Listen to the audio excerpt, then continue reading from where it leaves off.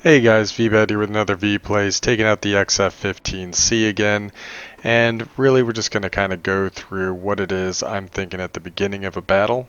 And you can see here that the current setup on this map is two garrisons that are kind of in the southeast corner.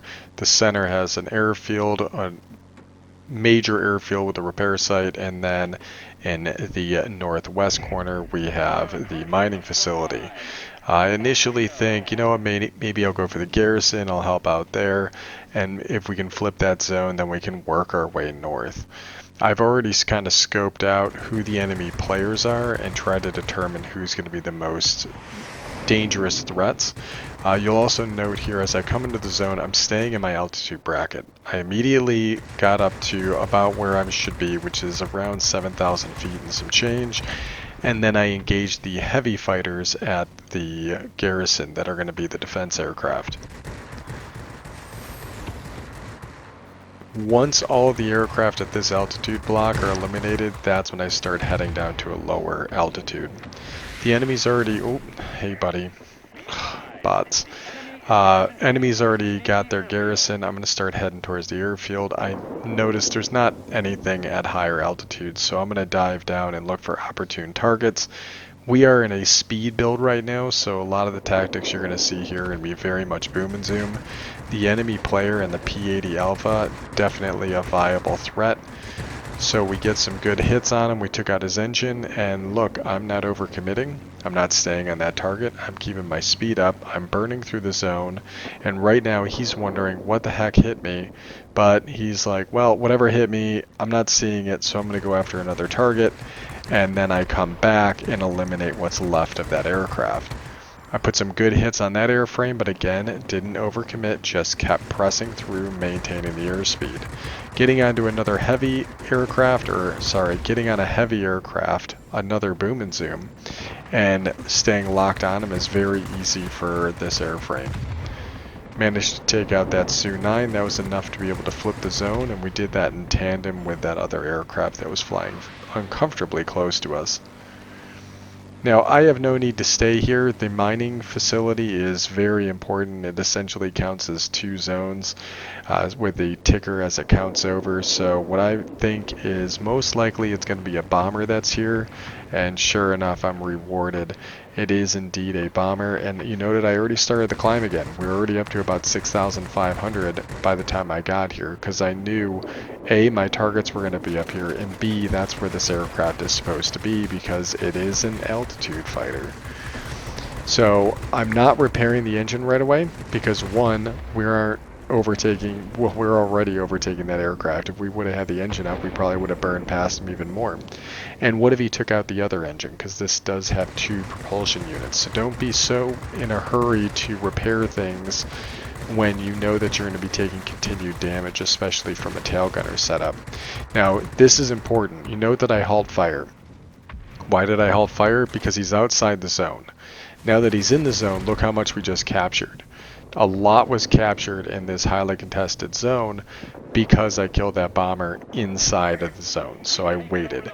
That meant that there was only a little bit more to be captured by my team. They finished it off. We now have two main sectors, the major airfield and the mining plant. We're going to come in here and just kind of help with defending the airfield, put a few good shots into this aircraft. I realized that I'm trying to dogfight with him, which is a mistake, so I was going to roll out and go in for another boom and zoom.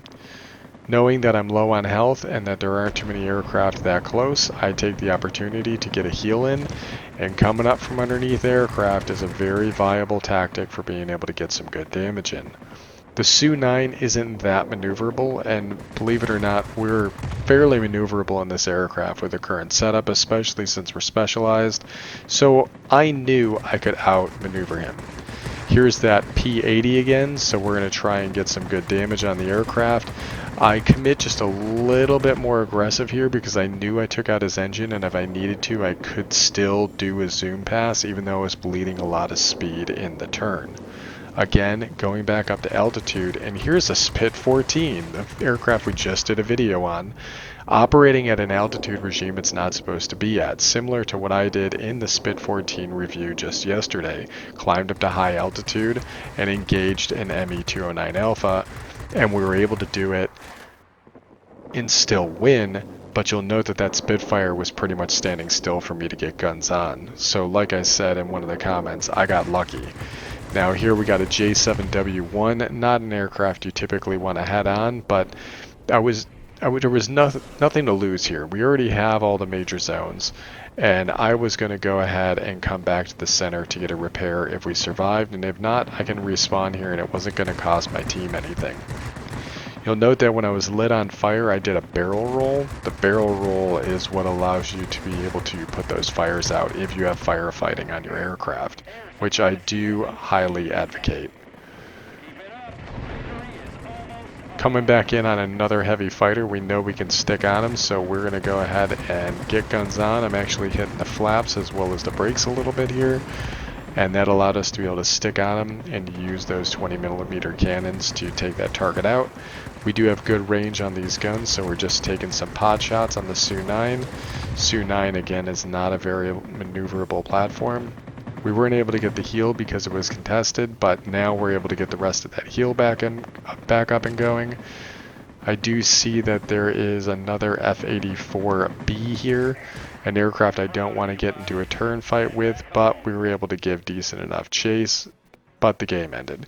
As you can see, we ended up getting a grade 1 for this engagement and 13,000 personal points, so not a bad result. Let's go to the end results and just see how we did, just for completionist's sake. Alright, so again, not a bad result, and hope, hey there Papa. So Papa 4 hit us up, told us we had a stellar game, and it's always nice to see how positive the community can be, so I said thank you, and good game to you as well. We did manage to get Hero of the Sky badge, which comes with getting grade 1. Typically, if you're flying with grade 1, and getting grade 1, usually that means you've had a pretty decent match and you've been contributing to your team, but I also don't like getting caught up in just those statistics, because there are certain instances where if there's an enemy aircraft that is really powerful and you need to eliminate that aircraft, but it might not be rewarding you for doing so in the game mechanics, that's still a good tactic. You got to play to the situation. But in the absence of a major threat or something outside the norm, playing to fill up essentially those 3 blue circles that appear underneath personal score, playing to the role of what your airframe would be based on the definition of the game designers, not only is it going to net you a big reward, like you can see here on this premium aircraft getting 286,000 in one match, not too shabby, but it's also going to yield you higher experience gains, so there is a point to trying to satisfy those objectives, but it's all for naught if you're not going to end up getting a win out of it. So still aim for the win, but trying to get that grade 1 really is going to benefit you in the long run, especially for when you're getting your ×2 off your airframes. Anyways, guys, I hope you enjoyed watching this little battle, and as always, I'll catch you on the next one. Always getting closer, I'm marching to it so